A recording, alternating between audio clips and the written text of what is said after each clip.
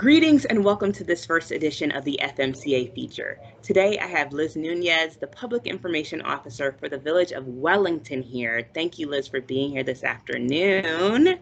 Thank you, Kara, for having me. Yes, we are excited. We're just going to talk a little bit about the upcoming holiday season and how you all are communicating to your residents about any events that are taking place and how you're working, hopefully to maintain their safety during these events. So if you're ready, we'll get right into it. Absolutely. Great. So we know if you go into the stores right now, we're already seeing the red and green of the holiday season. And so just talk to me a little bit about what the Village of Wellington has to close out the rest of the year in terms of the events for the community.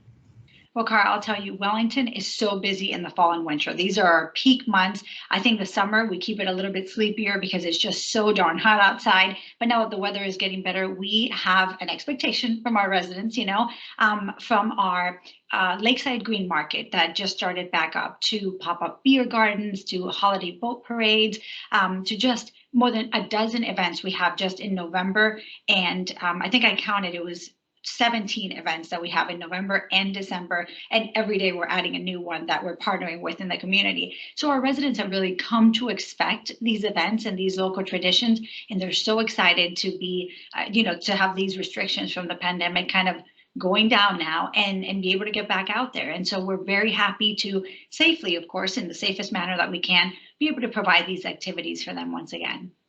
Awesome. And so, like, as you mentioned, as cases are starting to go down and restrictions are changing, how are you communicating to your residents and visitors about what kind of safety measures will still be in place for these events?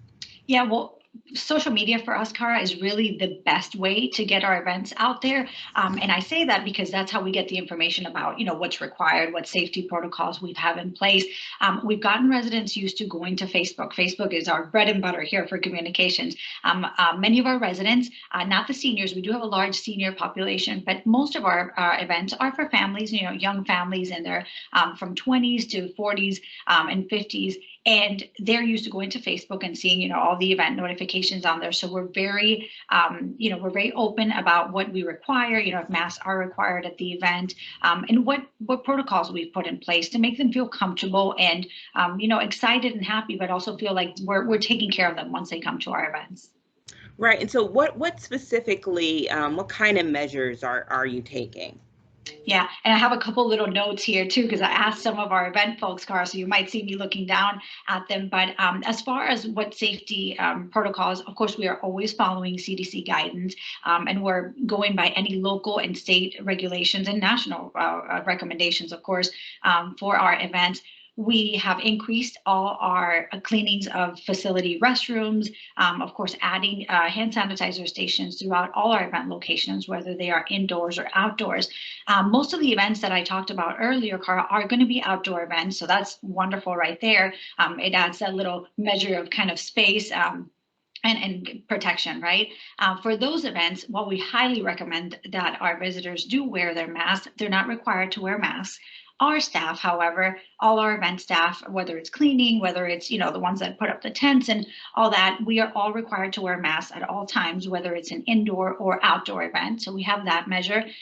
Some of the events, we have a murder mystery event that's coming up at the end of this month, which is so popular here. So popular. Everybody gets to dress up. It's really nice. We provide childcare for their children. So it's a wonderful event that a lot of our young couples come to. And for that event, it's indoors. We do require mask when you're sitting down. Not when you're sitting down at your table and eating, but when you stand up and when you're in the lobby of our facilities, we do require you to wear masks.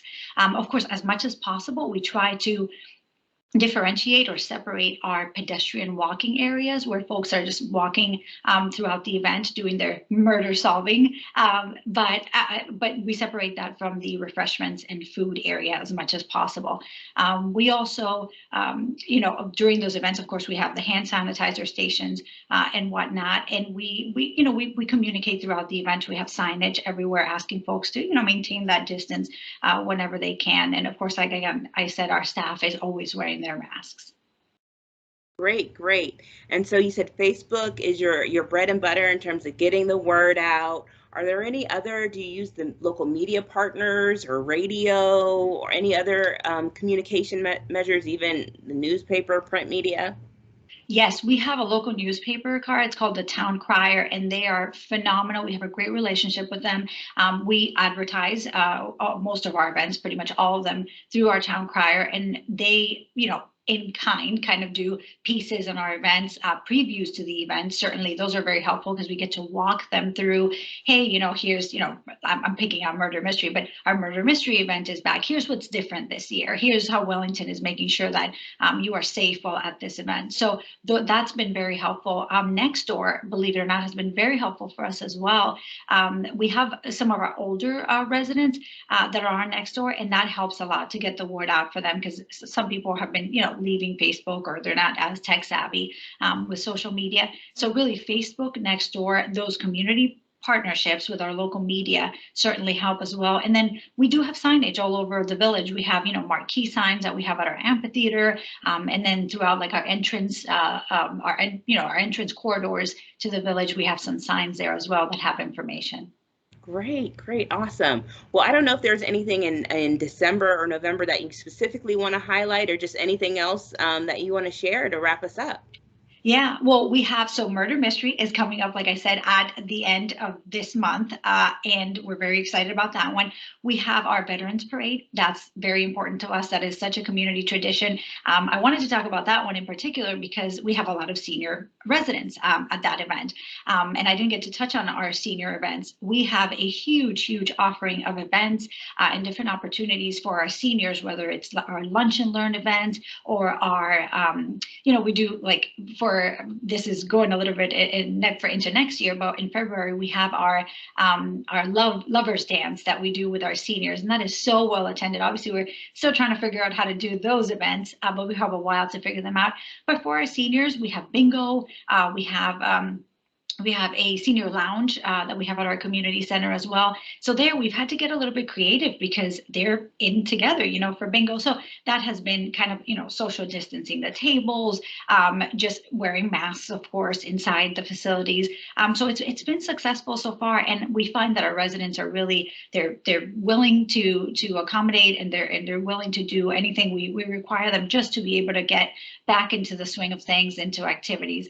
For our seniors, we were very excited to get back and have these events for them because it's so important for them. During the pandemic, they were stuck at home. They didn't have many opportunities. They're not, like the younger folks on social media all the time. So we wanted to bring that back to them as soon as we could. And I think we've done that successfully, and we've gotten really great comments from them.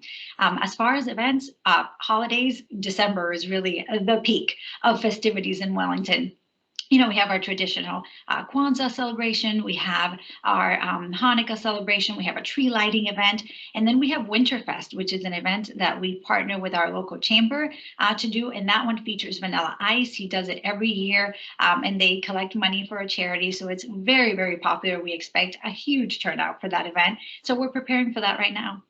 Wow, awesome. You all are busy, but it sounds like it's all really, really great offerings for your community. And I love what you said about just making sure that the senior population can return to some sort of sense, not even normalcy, but just socialization, because as you said, that is just so critical to, their health and well-being, and all of us really, because we are just such social creatures. So, well, thank you so much, Liz. I appreciate you taking this time to share with me and with our members today. And again, I don't want to leave anything off the table. If there was anything else. No, I think we covered it all, Kara. I just want to wish everyone, happy holidays. If I don't see you guys, of course, I am hoping to see many, many folks at our conference this year for FMCA.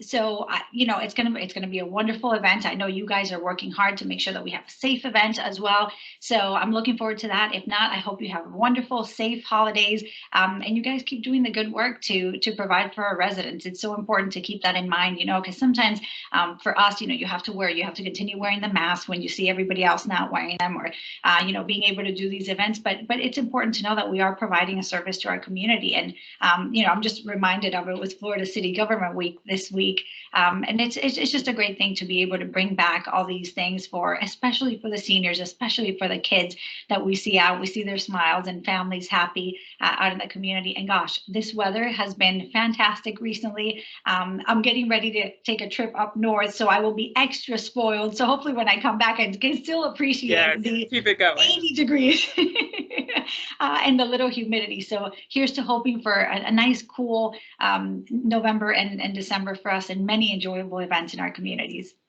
Yes, thank you, Liz. I appreciate you. Take care. Thank you, Kara. Take care. Thank you. Bye-bye.